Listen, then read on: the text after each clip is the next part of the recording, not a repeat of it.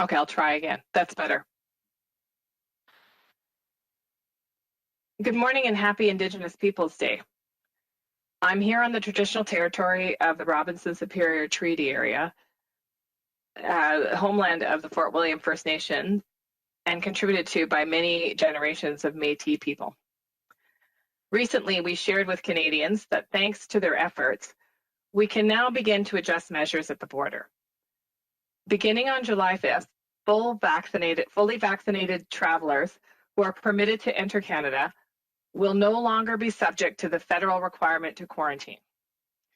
Fully vaccinated travelers will not be required to take a COVID-19 test on day 8 or stay at a government-authorized hotel. Je peux confirmer que dès le 5 juillet, les voyageurs pleinement vaccinés qui sont autorisés à entrer au Canada ne seront plus obligés de faire une quarantaine. Ces voyageurs vaccinés ne seront plus obligés de faire une quarantaine dans un hôtel autorisé ni de faire un test au 8e jour. To be very clear with fully vaccinated travelers, you will still need to meet a series of requirements, including pre- and on-arrival testing. We are continuing these testing requirements to allow public health experts to continue to monitor positivity rates at the border and monitor for variants of concern. Having this information will allow public health experts to recommend further adjustments to border measures quickly if needed. For travelers who are not fully vaccinated, I want to remind you that there are no changes to Canada's current border measures, and you must continue to adhere to the current testing and federal quarantine requirements. And whether you're fully vaccinated or not, if you're coming into Canada, it is crucial to plan in advance to ensure you're meeting all travel requirements. Your planning should also consider the specific requirements of the province and territory that is your destination. Please continue to check and follow both the federal and any provincial or territorial restrictions and requirements before traveling. As Canadians continue to get vaccinated, we'll be carefully monitoring data here and around the world. We will be assessing our own rates of vaccination, cases, hospitalizations, and outbreaks, and the disease activity in the rest of the world. We'll watch these metrics carefully as we plan the next phase of changes to border measures. Work continues on a proof of vaccination for Canadians that will be certified by the Canadian government. And this work includes ongoing discussions with provinces and territories who have started issuing their own documents. If you are planning to travel internationally this summer, remember to check the requirements of the country that you're visiting. And remember that many countries have had to make sudden changes as they cope with rising cases or severe outbreaks.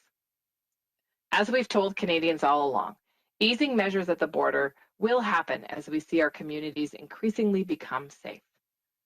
We all want to get back to normal, and everyone can play a part in that effort. If you haven't been vaccinated yet, make a plan today. Help someone in your life get vaccinated. Follow up for your second dose and continue to follow the public health measures in your region. Thank you also to all of the immunizers across the country for working so hard to help us stay safe and stop the spread. We can see our lives return to normal, thanks to the hard work of Canadians. Thank you. Merci.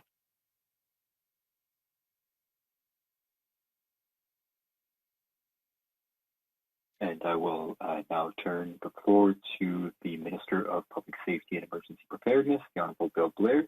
Je vais maintenant passer la parole au ministre de la Sécurité publique. I will now turn the floor over to the Minister of Public Safety, the Honourable Minister. Well, thank you very much, and good morning, everyone. I'm very pleased to be speaking to you this morning from my home, which is located on the traditional territory of the Mississaugas of the Credit. And I'd also like to acknowledge today is National Indigenous Peoples Day. Since the very beginning, the government has implemented strong measures to secure our borders and to keep Canadians safe. These measures have proven to be effective, but of course they were never intended to be permanent. And as Minister Hajdu has indicated, phase one of the approach that we are taking to ease border measures will begin on July 5th with reduced public health measures for fully vaccinated travelers with a right of entry and foreign nationals who are currently eligible to enter Canada. It is the traveler's responsibility to plan ahead, to understand their obligations, and to ensure that they are eligible. They should do this before heading to the border by visiting travel.gc.ca. Fully vaccinated travelers who are eligible for the reduced measures must meet the pre- and on-arrival test requirements. They must be asymptomatic upon arrival, and they must provide contact and travel information, proof of vaccination electronically through the ArriveCan app before arriving in Canada. Our ArriveCan app has proven to be a very effective application for travelers providing their travel and personal information. Over 2 million Canadians have now used the application for arrival at our border. It is absolutely essential for all travelers to have their ArriveCan receipt and documents ready, including proof of vaccination before they arrive at the border. And once there, travelers must provide the required information and documents to the border service officers and answer all eligibility, vaccination, and health screening questions. And they must follow the instructions that will be provided to them to complete their on-arrival test and proceed to their destination. Fully vaccinated travelers will no longer have to quarantine or complete the 8-day test. But to benefit from these reduced public health obligations, fully vaccinated travelers must submit their vaccination information using the ArriveCan app before arriving at the Canadian border.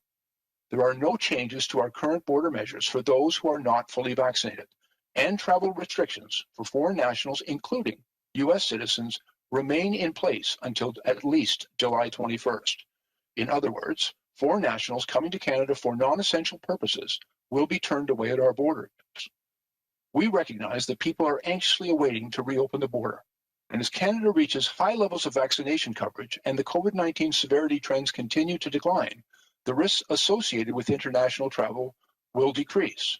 A phased approach will allow us to ease border measures in step with the decreasing risk, and it will take into account vaccination thresholds and modeling forecasts, as well as public health criteria.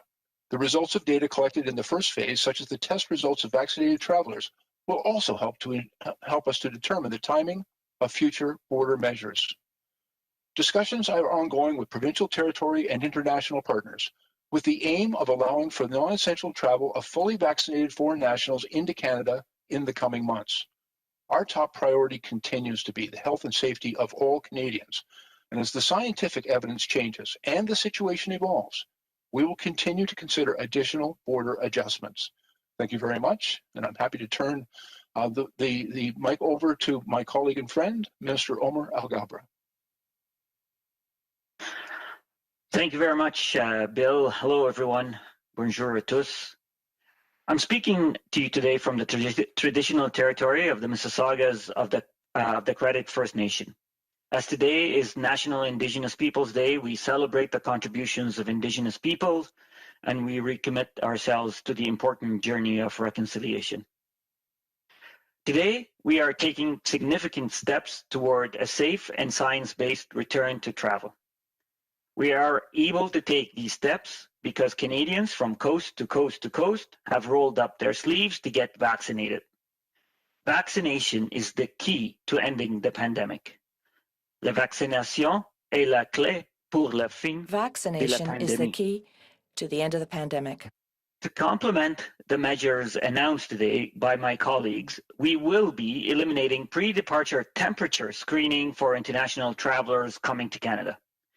This is so that air carriers can focus on ensuring travelers enter the necessary health and vaccination screening information prior to departure and avoid duplication of work.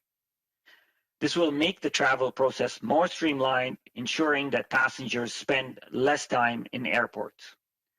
Also, to ensure the smooth movement of both vaccinated and unvaccinated travelers through our airports, we will be working with industry to establish separate lines for these two categories of traveler.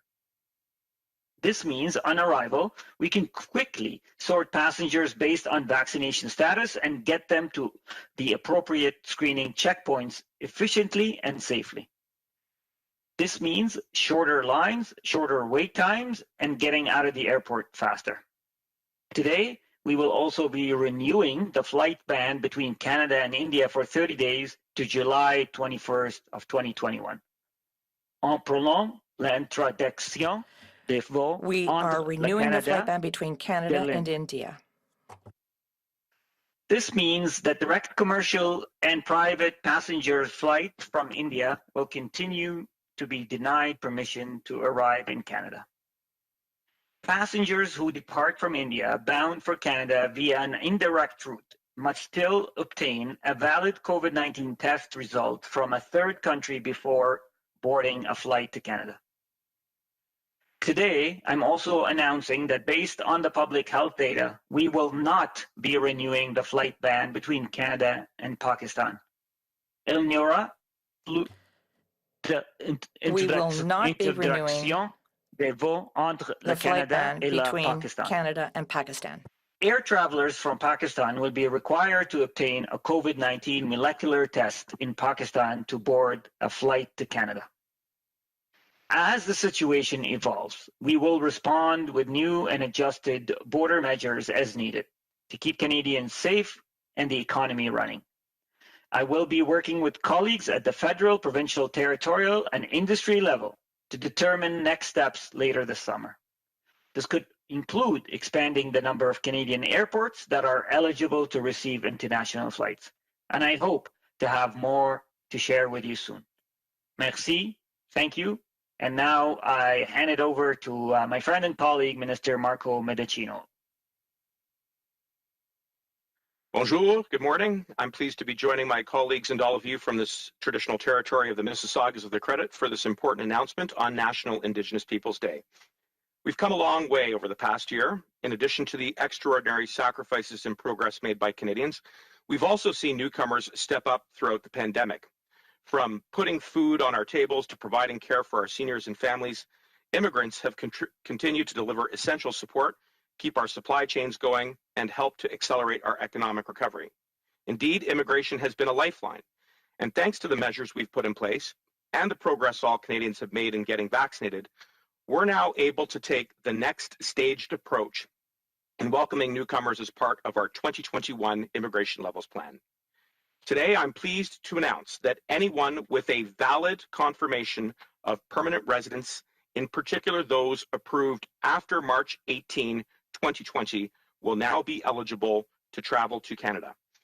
Je suis heureux d'annoncer que tout le monde avec une confirmation de résidence permanente valide peut maintenant se rendre au Canada et commencer le prochain chapitre de sa vie ici. Plus important encore, cela signifie que les nouveaux résidents permanents dont la demande a été approuvée après le 18 mars 2020 peuvent maintenant venir au Canada. I wish to highlight that all travelers must have a valid certification of permanent residency and comply with all other health and public safety screening protocols prior to being admitted. L'annonce aujourd'hui est une étape importante dans notre voyage à travers la pandémie. Nous pouvons constater le chemin parcouru et voir clairement la voie à suivre. Today's announcement is an important milestone. It will allow us to continue to welcome hardworking newcomers, reunite families, and show Canada's leadership when it comes to humanitarian resettlement.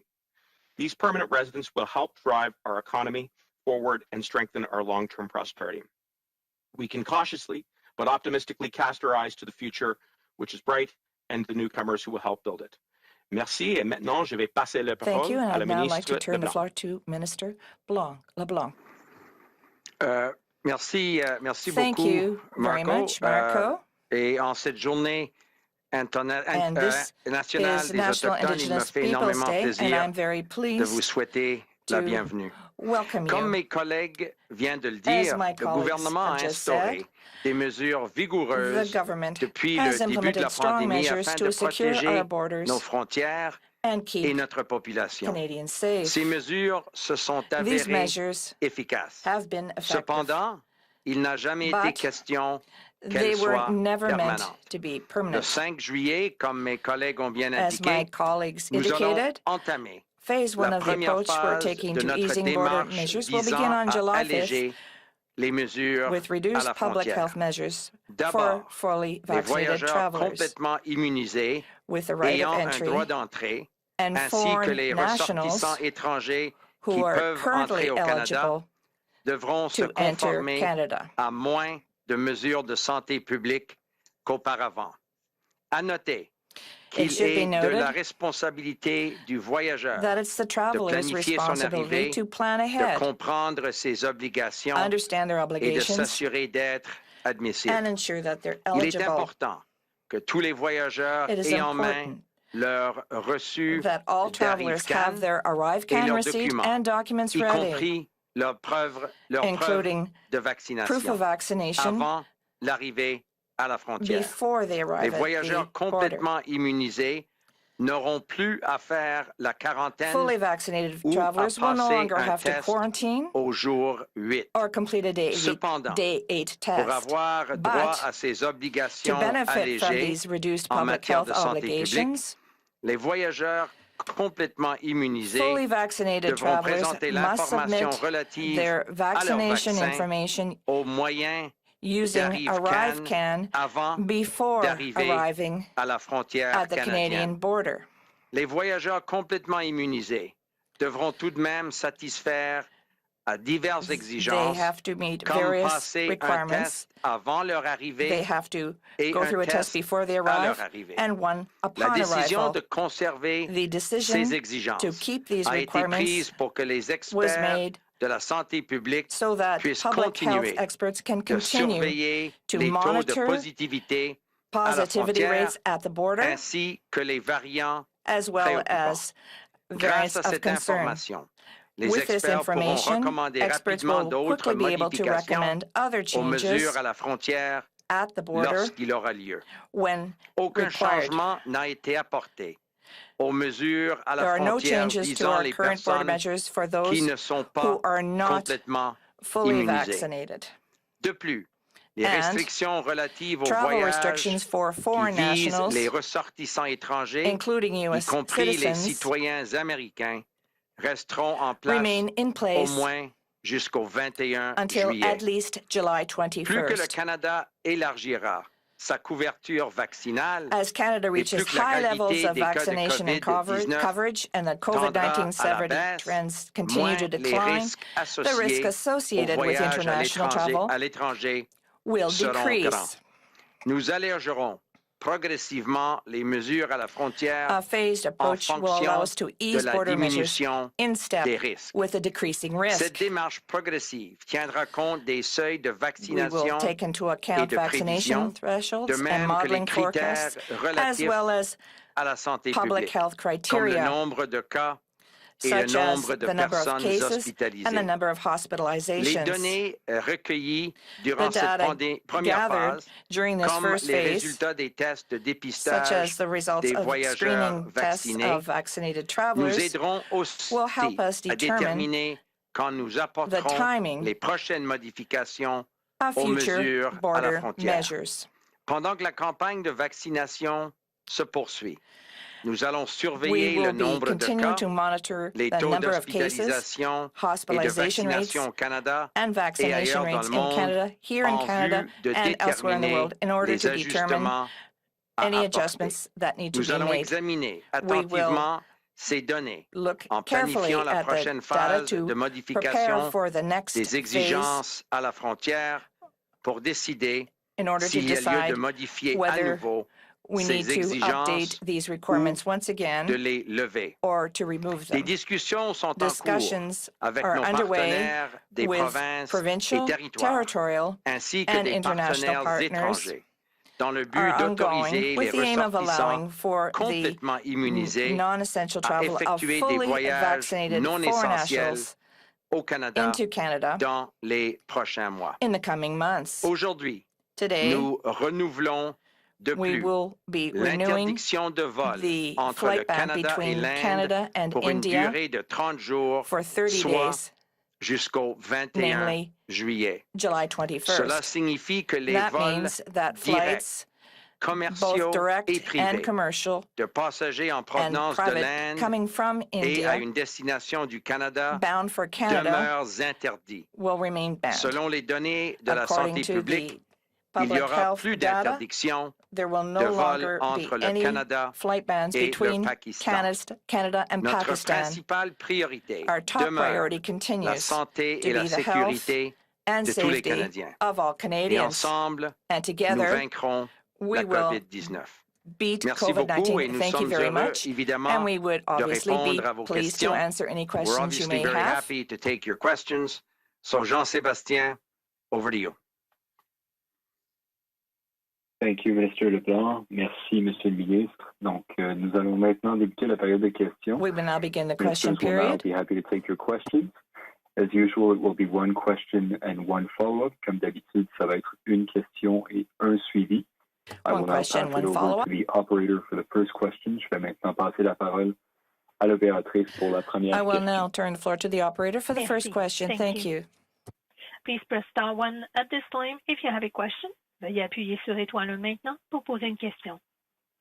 Our first question is from Glenn McGregor from CTV News. Please go ahead. À vous la parole. Thank you. Question for Minister Blair and possibly Minister LeBlanc.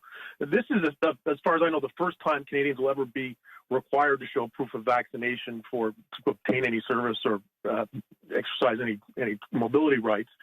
What steps will be taken to verify the authenticity of documents they upload? Will it require sharing data with provinces? And if so, does that not run the risk of violating provincial privacy regulations on health records? And further, how would you verify documents that were issued by another country? Somebody gets a shot in Tennessee or Mississippi. How can you possibly ensure those are authentic by checking with local health authorities? Well, thanks, Glenn, and I agree. It's an important question, but we will be using in this first phase of easing of border restrictions the Arrive Can app, and the Arrive Can app is capable of receiving documentation from a number of different jurisdictions, not just Canadian jurisdictions, and the actual application itself can verify the validity of the documentation that's been submitted, but we're also requiring travelers to retain a copy of their vaccination documents, the originals, or a certified translation for verification by the Border Service officers. And they have to also carry it for 14 days after their arrival into Canada. We're confident that we'll be able to identify and verify vaccine certification for fully vaccinated Canadians and those who are exempt from these restrictions utilizing this app. And perhaps others could speak of, there's also ongoing work, working with the provinces, territories, and many of our international partners about other systems of vaccine certification. But we're very confident that the Arrive Can app will do the job for us, for all travelers coming to Canada, to be able to verify the vaccine documentation that must be provided in the digital format, as well as in a paper format to present to our Border Service officers. Okay, follow-up question for Minister Mendicino, slightly off topic. I think a lot of Canadians were surprised to see NHL Commissioner Gary Bettman show up at the Bell Centre for the game the other night. I'm wondering why the national interest exemption applies to NHL executives and not just players and team officials, and particularly given that there was a positive case amongst a manager, a team official from Las Vegas. Could you explain why that exemption was granted to NHL league executives? Well, thanks for the question, Glenn, and also good to see you're still following playoff hockey, as I know many other Canadians are as well at this time of year. As I said at the time, we issued the decision after a very, very rigorous consultation with public health officials at every level of government, not only federally, but provincially and municipally. And I want to underscore that prior to exercising the discretion of this office under the National Interest Exemption Protocol, that all officials signed off on the NHL's proposal, which obviously included executives as well. The number that is contemplated by the exemption is manageable, and we know that the NHL has been a very strong partner when it comes to managing the response with regards to COVID. But I also want to take a moment to just really underscore that those protocols under the national interest exemption have not prevented us from keeping other corridors open, including reuniting tens of thousands of families, which we have done both exercising a measure of compassion, but also safely and responsibly in accordance with all of our health protocols which have been in place.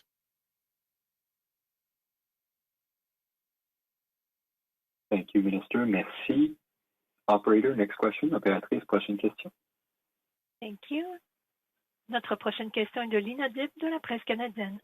La presse canadienne. Oui, bonjour. Yes, good morning. First question would be for Minister Haidu.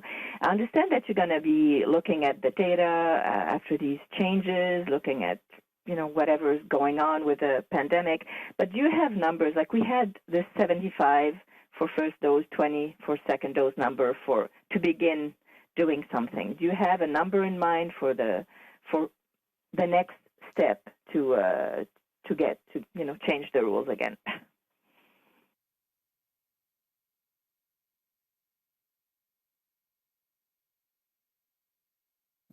Hello? Patty, you're on mute. Merci beaucoup pour la question. Thank you for the question. Nous regardons très proche We are les enjeux qui nous devons monitor. We are watching very issues we need to closely monitor. The metrics that are. Sorry, I'm hearing the translation in my ear here.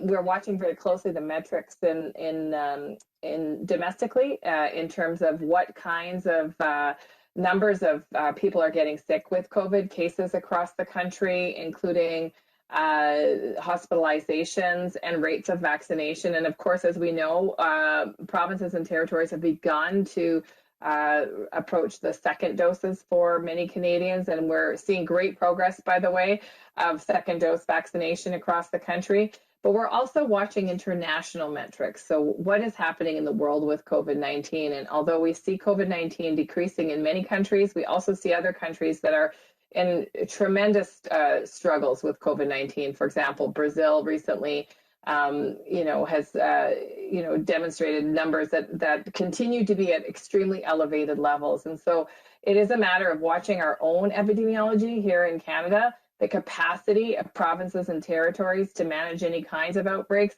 as well as what kinds of disease activity we're seeing internationally. And we'll come back to Canadians in the near future on what kinds of metrics will allow us to have the confidence to reduce measures even further. Okay. Et puis ma prochaine question, ce serait pour vous, Monsieur Leblanc. Vous dites que vous discutez avec les premiers ministres des provinces pour un éventuel assouplissement aussi pour les étrangers et les touristes. Je voudrais savoir où en sont ces discussions-là. On pourrait s'attendre à une annonce quand? Est-ce que vous avez aussi en tête un chiffre quelconque de vaccination avant de prendre cette décision? Alors, merci Léna. Et je pense que nous, comme gouvernement, nous reconnaissons le désir que ce soit de l'industrie touristique, des provinces, de certains secteurs de l'économie, de voir ultimement d'autres allègements en termes d'obligations. Cependant, comme Patty Haidu et d'autres ont bien indiqué, nous croyons que c'est important. On a fait tellement d'efforts collectivement pour protéger les Canadiens lors de la pandémie. Nous avons vu d'autres premiers ministres, il n'y a pas très longtemps, insister pour des mesures plus restrictives aux frontières. Alors, c'est une question d'avoir accès aux meilleures données scientifiques, à l'avis des scientifiques et des médecins, en même temps reconnaissant, comprenant très bien le désir des Canadiens et d'autres de voir un peu un retour à la normale. Qu'est-ce que nous annonçons aujourd'hui est un premier pas. C'est la première phase. C'est une étape importante. Et nous allons continuer de travailler avec les scientifiques, mais avec les provinces et les territoires dans les prochaines semaines, de voir le moment opportun pour apporter d'autres changements. Évidemment, si la situation de santé publique le permet. Moi, je pense que Mme Haidu and here I refer to what Minister Haidu has said. She talked about the concerns we had. Dans d'autres pays de l'étranger. She talked about the concerns we have with other countries, and we are discussing matters with our American partners and other partners in Europe. So we will be back with other changes at the right time. We hope that they will be changes to ease other measures, but for the time being, this is a first phase. It's a responsible one based on scientific data, but we're not insensitive to the desire of various sectors of the economy and Canadians to see other measures take place. at the right time. Merci, Monsieur le Ministre. Thank you. Operator, next question. Opératrice, prochaine question. Merci. Our next question is from David Aiken from Global News. Please go ahead. À vous la parole. Thank you very much. I'm not sure who wants to take this question, maybe Minister Haidu, I suppose. So whenever the opposition has criticized any sort of these restrictions, everybody on the front bench has been quick to say and boast that your government makes recommendations based on evidence, based on science. There is no evidence and no science, according to your expert panel, to continue to operate quarantine hotels. So please, could somebody who is into evidence-based governing please explain what does Dr. Naylor not know that you guys at the cabinet table apparently do know when it comes to the science to support quarantine hotels? Well, maybe I can start, David, and first of all, thank the testing and screening panel for what I would consider a very good roadmap for the next steps on alleviation of measures at the border. Of course, the committee worked on that with prior to the emergence, or at least the widespread emergence of the Delta variant, which has changed considerably some of the projections here in Canada and certainly internationally, and has affected modeling in terms of if the Delta variant is actually able to get a foothold in our communities in a significant way, especially in communities with low vaccination rates. Secondly, all of the advice that we get from a variety of expert panels is then fed through the Public Health Agency of Canada and, of course, Dr. Tam and a variety of different scientists and researchers that advise us. And, of course, finally, I'll say this, David, Canadians have sacrificed an extraordinary amount over the last year and a half in ways that we know and ways that we don't. Small businesses have struggled to stay open. In many cases, some have not managed to stay open. The Canadian government has spent billions of dollars supporting provinces and territories and individuals to get through this extremely difficult time. People have been separated from their families. And this government believes that a prudent, careful and cautious approach to alleviating measures is what's required. We don't want to see all of our hard work put at risk as a result of moving too quickly without truly understanding how the changes we're proposing today will impact Canadians. And so we work with provinces and territories, we work with our colleagues across government to make sure that we make choices that are based on science and evidence and that reflect the ongoing science and evidence, as we know, that evolves with COVID-19. Okay. So again, an evidence-based government would say, look around and say, okay, vaccination rates are X and hospital capacity is Y and case counts are Z. And having achieved whatever metrics you think you should have achieved, you would have said, right, we can go to phase one of our easing travel restrictions because we'd hit certain benchmarks, I would assume. And so that's why it's confusing, both on the technical call we just had and in your first response, I think, to Glenn, why you don't have some metrics that you can present to us today for phase two. You had metrics, I would assume, for phase one, which we're getting to today. So having hit those metrics and being able to define them, why can't you define some metrics, give us a sense of case counts, vaccination rates, et cetera, to go to phase two?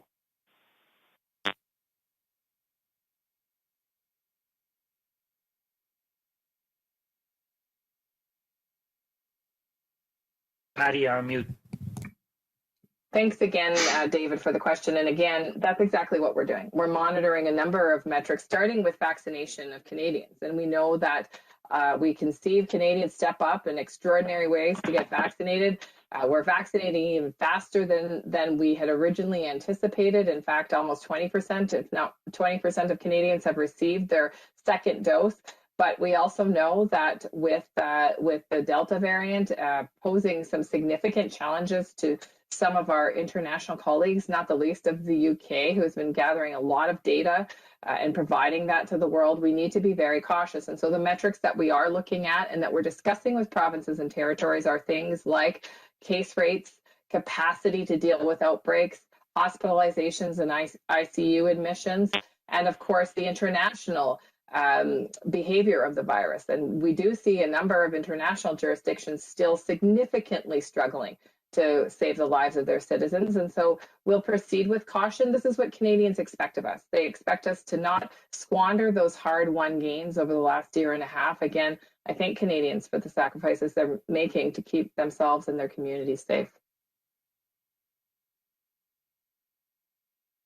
Thank you, Minister Haidou. Merci. Operator, next question. Opératrice, prochaine question.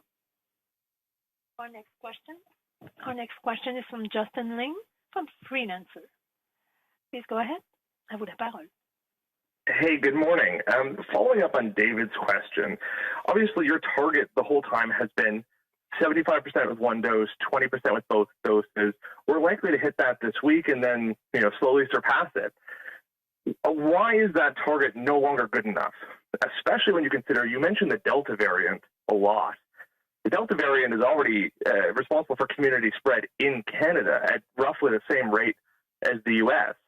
At a certain point, how do you explain this as something other than sort of asking Canadians to be fearful of what comes in from abroad, even though it's already basically here? Well, thank you very much for the question, Justin. And I'll say again that over the last year and a half, we have watched Canadians across this country sacrifice tremendously to protect themselves and to stop the spread of COVID-19 in their communities. And the measures that we're taking today are a reflection of that hard work, and they're a reflection of the growing vaccination. But we do want to be certain that when we start to see increased numbers of travelers traveling around the world to a variety of different locations and higher volumes of people coming from all kinds of parts of the world, that we have the domestic protection that we need for any importation of COVID-19 that slips through. And we also want to make sure that provinces and territories are fully certain that they have the capacity to deal with any outbreaks that may happen. Listen, COVID-19 is here globally and it's here to stay for some time. And so our primary job as the Government of Canada is to work collaboratively with provinces and territories to protect the safety of Canadians.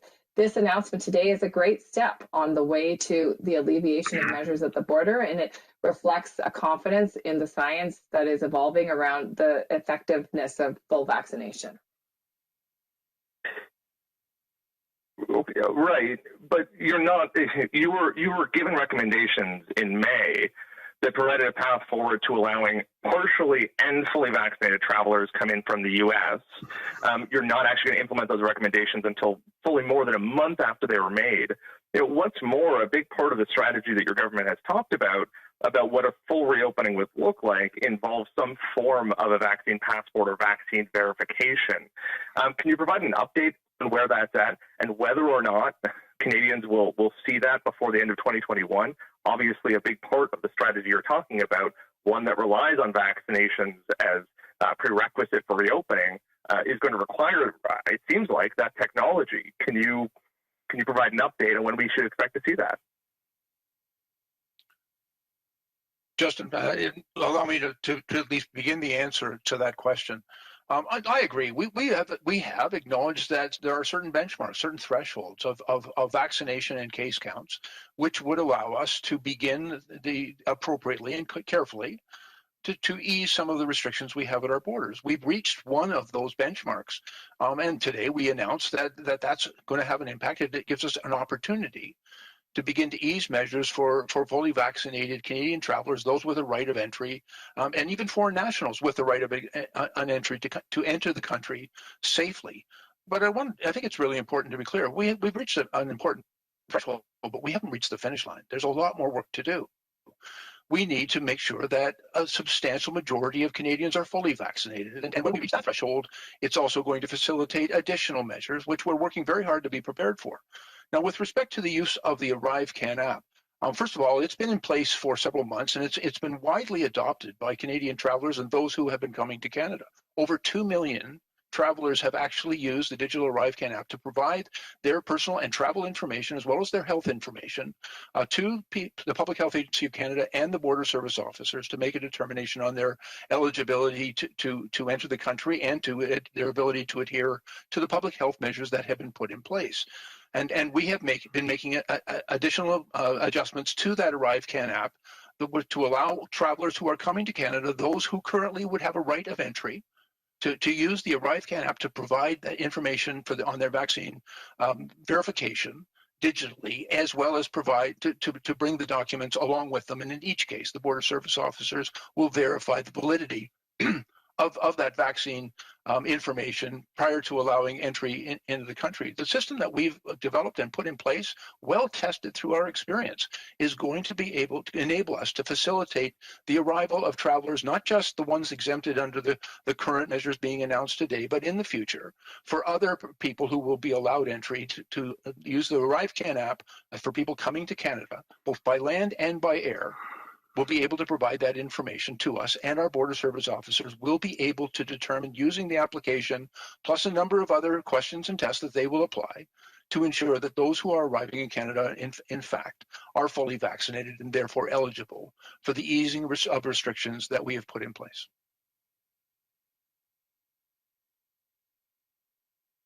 Thank you, Minister Blair. Merci. Operator, next question. Opératrice, prochaine question. Thank you. La prochaine question est de Boris Proulx du Devoir. À vous la parole, please. Boris Proulx, Le Devoir. Floor is yours. Oui, bonjour. J'aimerais savoir, good morning. Et désolé si vous avez déjà répondu. I'm sorry if you already answered this question, but sécuritaire pour les personnes complètement vaccinées d'éviter la quarantaine. People who are fully vaccinated, why is it safe for international tourists such as Americans? Et quand est-ce qu'on va pouvoir voir des changements à ce niveau-là? Are we going to see any changes at that level? Peut-être, si vous me permettez, moi, je pourrais commenter si d'autres collègues ont par la suite des commentaires, ils ou elles pourront ajouter une point de vue. Comme nous avons dit depuis le début, les mesures aux frontières sont essentielles pour protéger la santé des Canadiens, la sécurité des Canadiens. Le Canada en entier a fait énormément de sacrifices pour essayer de vaincre COVID-19, pour rendre la situation des hospitalisations soutenable. Alors, il y a eu, depuis le début de la pandémie, des sacrifices importants, y compris tragiquement des décès et des gens qui ont été gravement malades pour longtemps. Alors, toutes les mesures que nous allons prendre afin d'alléger les obligations de santé publique liées aux frontières seront appliquées d'une mesure progressive. Nous allons insister d'avoir accès aux meilleures données et avis scientifiques. Et nous allons aussi être conscients du volume de passagers, du volume de visiteurs, comme mes collègues ont bien dit, qui risquent d'arriver à nos frontières. Alors, qu'est-ce que nous annonçons aujourd'hui? Et le début, c'est une première phase que nous pensons est responsable. De permettre aux personnes complètement vaccinées qui ont légalement tout de suite le droit d'entrer au Canada accès avec des mesures allégées en termes de santé publique. Et nous allons continuer de discuter avec les provinces, avec les experts en santé publique, le moment approprié, nous espérons, pour amener d'autres mesures allégées et envisager la possibilité que d'autres personnes puissent venir au Canada avec des mesures qui seront ajustées en conséquence du risque en termes de santé publique.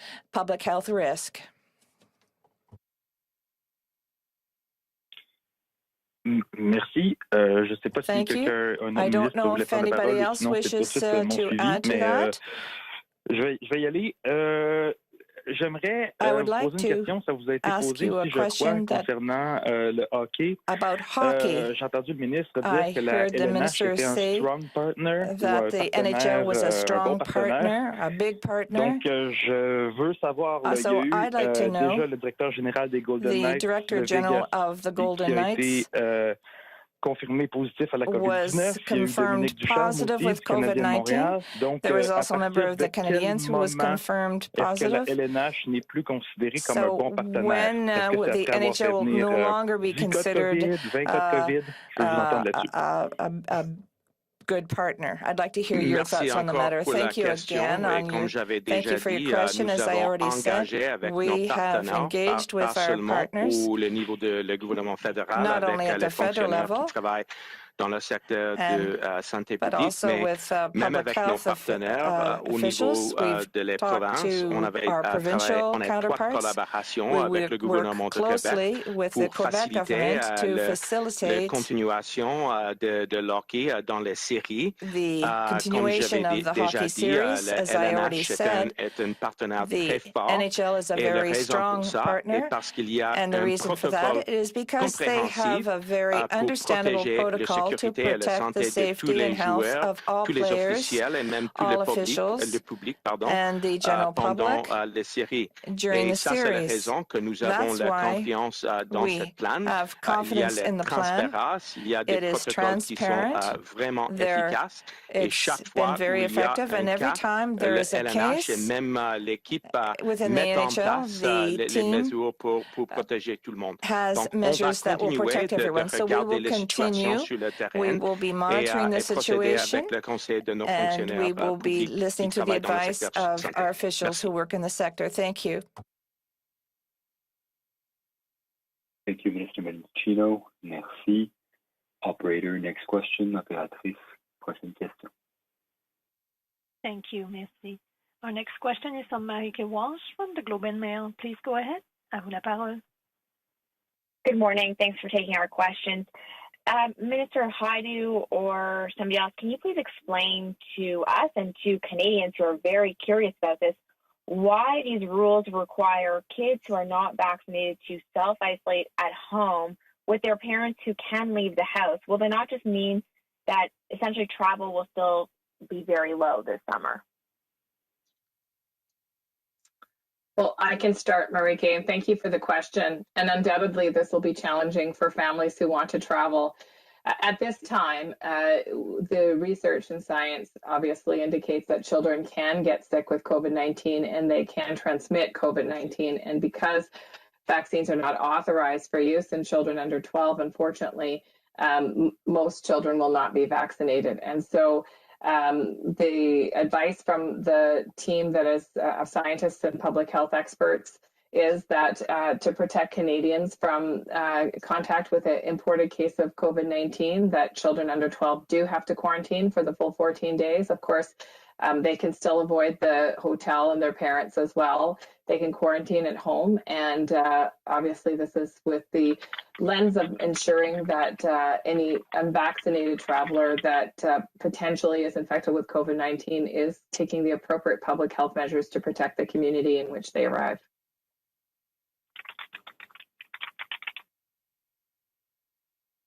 For that answer, I want to go back to this question about the government's failure to release any metrics to justify their rules today or into the future. The business community has been very clear that they need this certainty. They need to be able to plan and to understand when things will change. Why is the federal government unable to release any metrics when every other province and territory has been able to release very clear metrics in order to explain their planning and to explain what to expect next? Well, again, thank you very much. And first of all, I understand the frustration of people who want certainty around what will happen next. And I think that is one of the most challenging spaces in dealing with a pandemic of this nature, is that, of course, the virus has thrown us a number of curveballs over the last year and a half. And I will just repeat that we are looking at a variety of metrics. And of course, we work closely with provinces and territories as well, who are the first responders, if you will, to outbreaks and a variety of different situations that could arise from growth in cases. We're watching very closely, for example, domestic rates of hospitalization and case growth or decline as it might be. Why are you not releasing the metrics? Again, we're working very closely, as I said, with provinces, with territories, of course, with the scientists that are advising us through the Public Health Agency of Canada.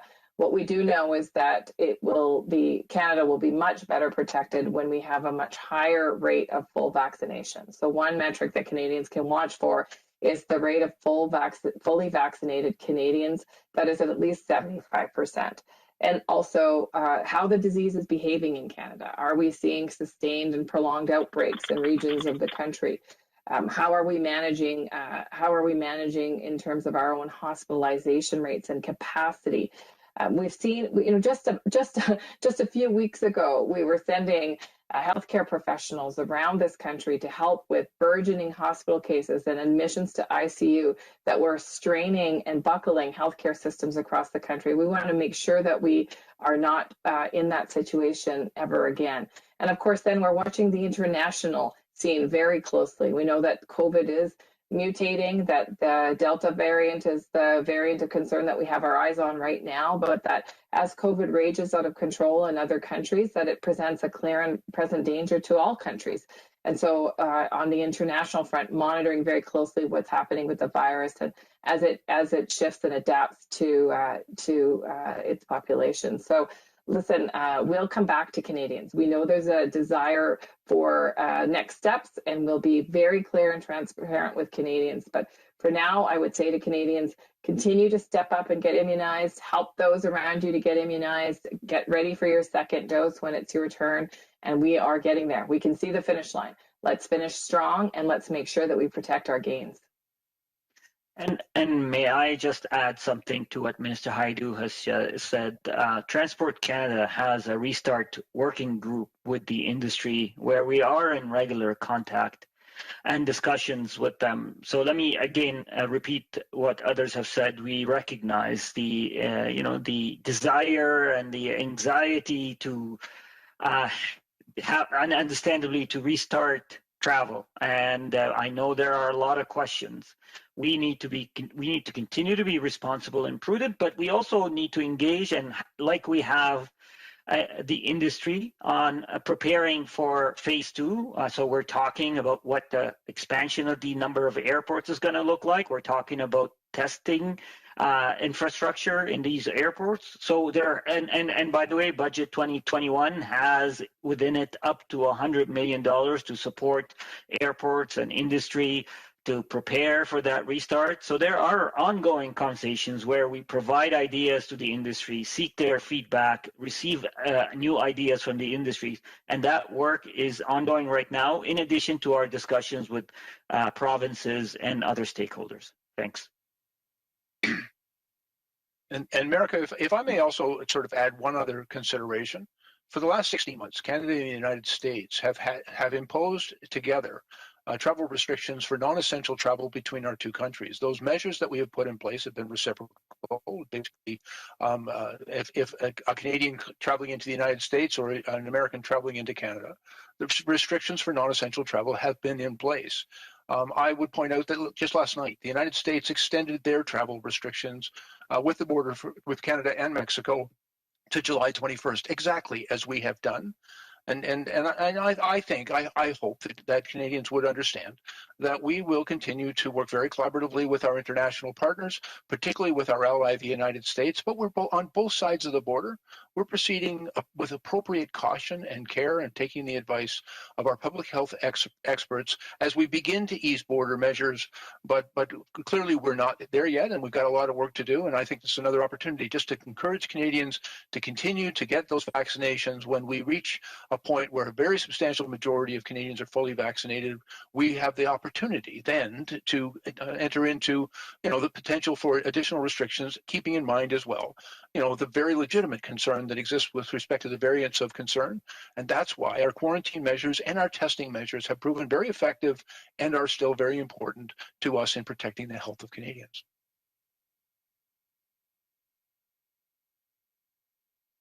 Thank you, ministers. Merci. Operator, last question. Opératrice, dernière question.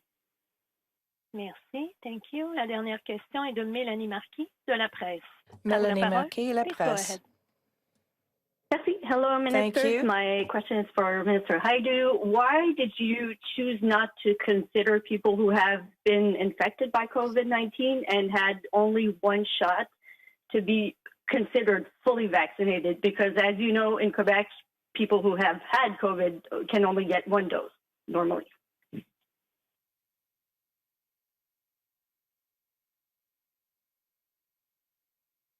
Patty, you're on mute. Merci, Mélanie.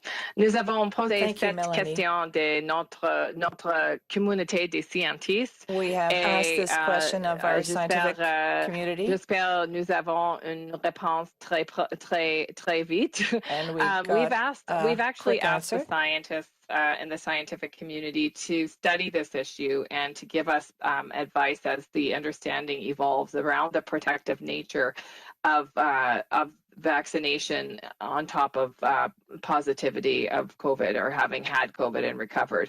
We know that in Quebec, this is considered fully vaccinated, and we'll be watching that science very carefully. As I said, it's an area that is still uncertain for many researchers, but we've asked NACI and others to look at the question more closely, and we'll come back to those travelers very soon. Yes, and as a follow-up, still for Minister Hajdu, why is Sinovac not considered an adequate vaccine since it's authorized by the WHO? Well, thank you again for the question. And we've chosen to start with the 4 vaccines authorized by Health Canada because, of course, we know those the best, having our regulators having reviewed all of the data to approve them in Canada.